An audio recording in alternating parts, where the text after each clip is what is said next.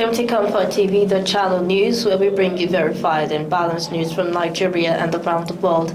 My name is Faith Kevin. Thank you for joining us. In headlines this evening, court fixes date to deliver judgment in Mazi Nnamdi Kanu's trial.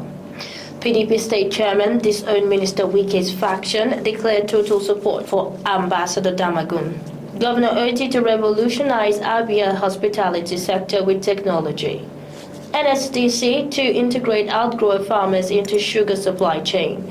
APC commends First Lady Tinubu for compassionate leadership. ECOWAS to support modernization of Quranic school system. On business news, federal government seeks deeper German skill tech ties to drive $1 trillion economic ambition. Summit Bank begins operation and unveils vision for ethical, inclusive banking. On the foreign scene, President Trump hosts Central Asian leaders amid U.S. push for rare metal. EU to remove Syrian president from sanctions list. On sports, Gabon coach says he's working on strategy to contain Victor Osimhen. Victor Boniface laments misjudged Super Eagles form. Now the news. The Federal High Court in Abuja has fixed 20th November for judgment in the trial of Mazi Nnamdi Kanu, leader of the proscribed indigenous people of Biafra IPOB, on alleged terrorism offenses. Justice James Omotosho fixed the date after Mazi Kanu's defense was foreclosed following his insistence that he would not enter his defense under a repealed law.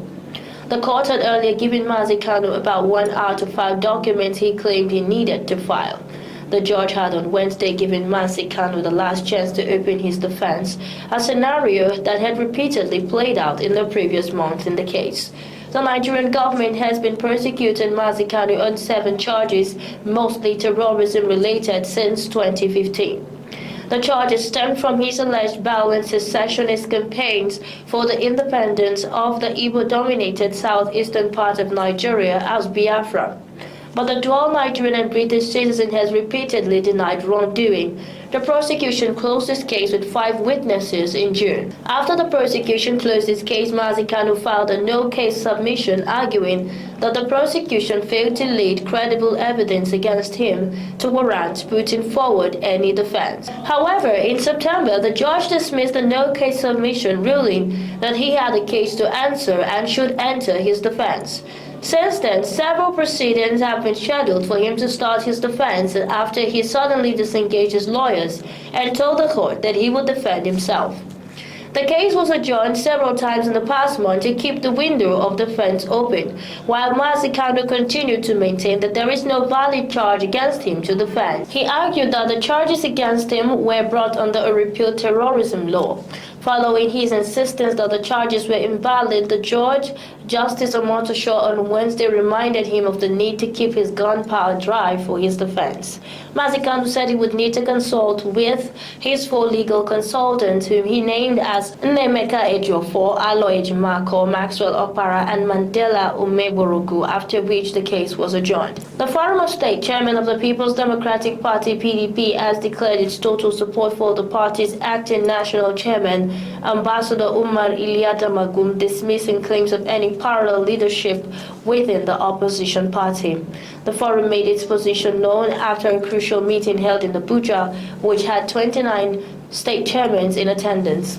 In a communique released at the end of the meeting, the forum described Ambassador Damagum as the authentic national chairman of the PDP. The state chairman expressed confidence in the leadership of the National Working Committee, NWC, and commended the unity currently being enjoyed in the party under Ambassador Damagum's watch. However, they also lauded the judiciary for what they called a courageous and well-considered judgment delivered by Justice Akintola, which cleared the way for the party's forthcoming National Elective Convention scheduled for November 15 to 16, 2025 in Ibadan, Oyo State.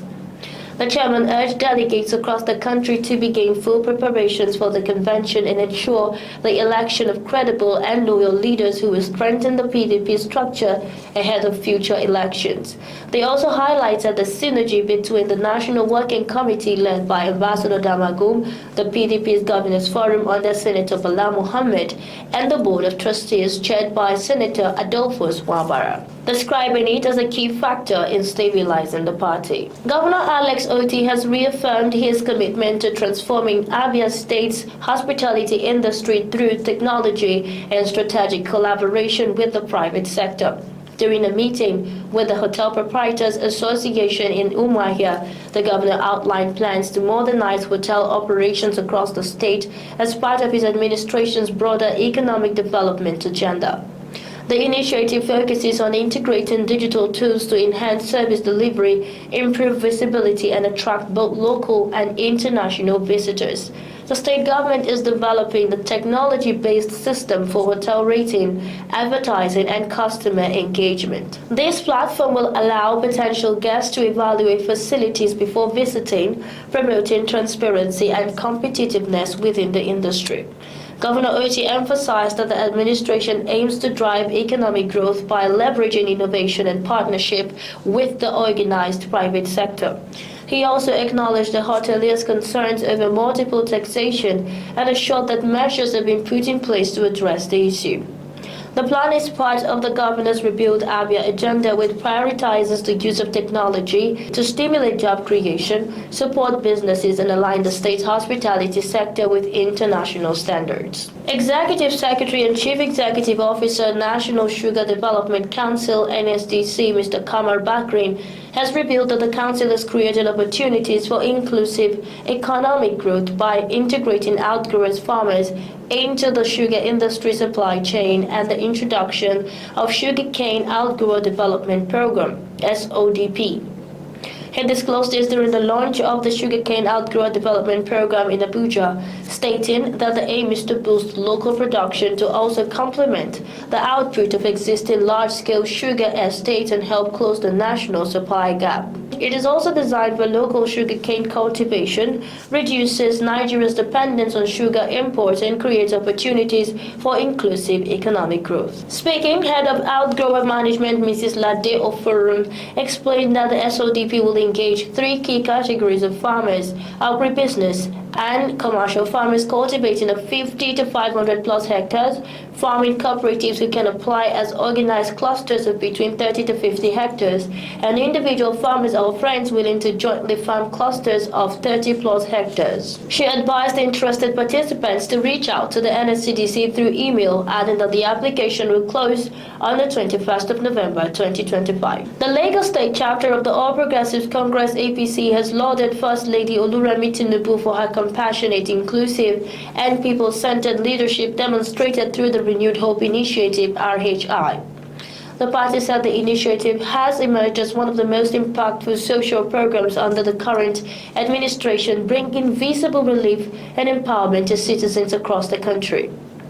It emphasized that the First Lady's approach to governance reflects a deep commitment to human development, social justice, and national unity, showing that leadership can be both empathetic and effective. Through the RHI, thousands of Nigerians have benefited from scholarships, entrepreneurship grants, agricultural support, and skill acquisition opportunities designed to lift families out of poverty and strengthen local economies. The initiative has also reached vulnerable groups such as widows, persons with disabilities, and internally displaced families, extending support that goes beyond temporary relief to long-term empowerment. The APC explained that the Renewed Hope Initiative represents a new model of social investment anchored on sustainability and accountability. It complements the economic reforms of President Bola Tinubu's administration by addressing the immediate needs of citizens at the grassroots level while fostering inclusive growth. The program, according to the party, has also bridged the gap between government and the people by promoting a renewed sense of trust and collaboration. President of the Economic Community of West African States, Dr. Omar Ali Toure, has promised that ECOWAS will support the modernization of the Quranic educational system as part of the strategic effort to tackle the scourge of terrorism, violent extremism, poverty, and linked to Al-Majiri. Dr. Toure said terrorism and violent extremism are threats to the sub-region's peace and development. He urged Islamic scholars to work to prevent extremism and tackle terrorism in the sub-region. The ECOWAS president spoke at the closing ceremony of the first West African Islamic Conference on Security and Governance convened by the ECOWAS Commission in partnership with Jamiatu Ansariddin and Tanzania in Abuja. The high-profile conference brought together Islamic organizations, the government representatives, traditional and religious leaders, scholars, policymakers, youth, and regional partners to develop actionable strategies to counter terrorism, violent extremism, and governance challenges across West Africa and the Sahel. He commended President Bola Tinubu, who has established a National Commission for Al-Majiri and Arab School Children Education to support the provision of quality religious and non-religious education. He stated that no efforts must be spared in securing West Africa and the Sahel from insecurity and reverse the negative indices for a stable, peaceful, and united and prosperous Africa. This is Comfort TV, the channel news. Will return shortly with business, foreign, and sports news. Stay tuned.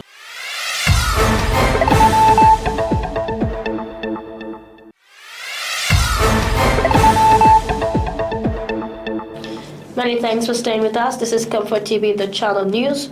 We move on to the world of business, where Nigeria is strengthening economic ties with Germany as part of its drive to achieve a $1 trillion economy by 2030.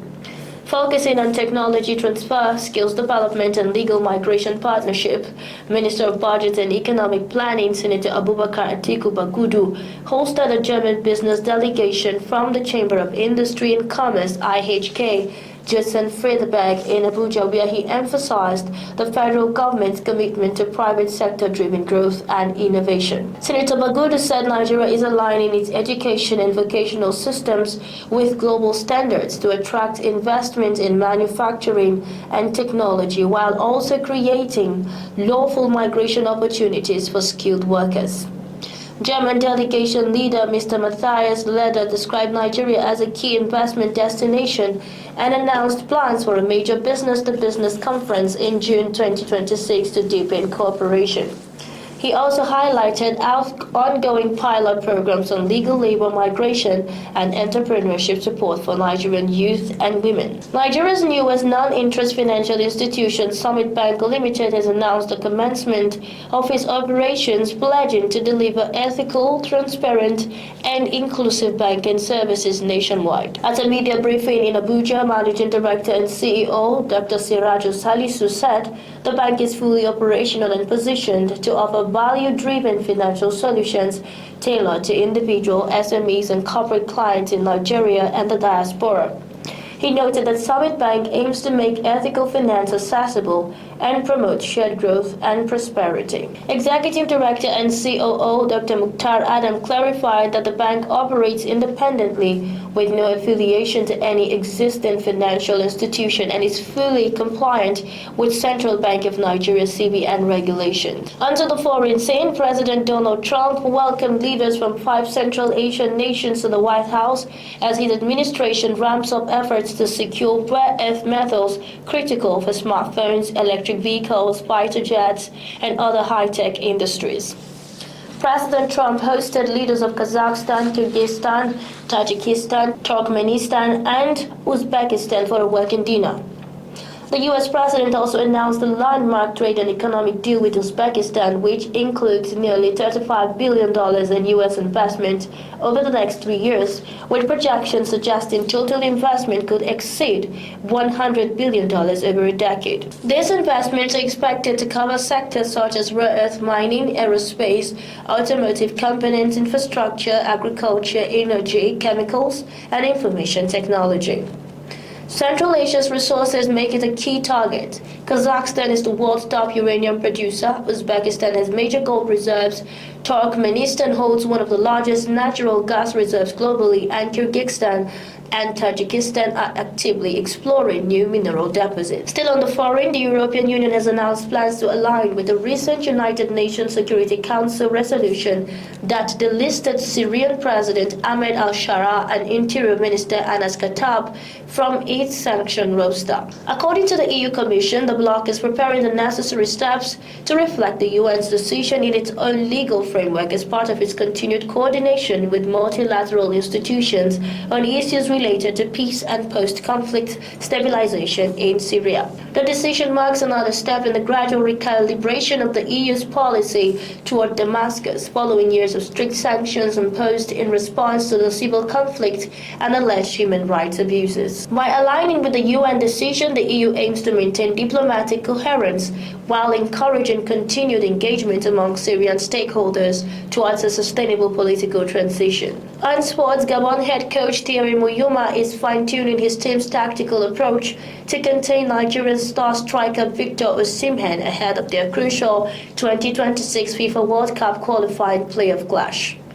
Muyuma is said to be working on a specific defensive system to manage Osimhen's movement and physicality, acknowledging that the Super Eagles' forward's versatility and unpredictability makes him one of the most difficult attackers to defend against. Despite being limited to just 5 matches in the qualifiers due to injury setbacks, Osimhen has been a decisive figure for Nigeria, scoring 6 goals and inspiring 4 victories in their last 5 outings. His standout performance came in the 4-0 demolition of Benin Republic, where he netted a hat-trick to underline his dominance. Analysts believe Muyuma's game plan will focus on restricting space behind Gabon's defensive line and maintaining compactness during transition, areas where Osimhen often exploits openness. The coach is also expected to pay attention to set-piece situations given the Nigerians' aerial prowess and ability to capitalize on loose balls. Where the Bremen striker Victor Boniface has reflected on his underwhelming spell with the Super Eagles,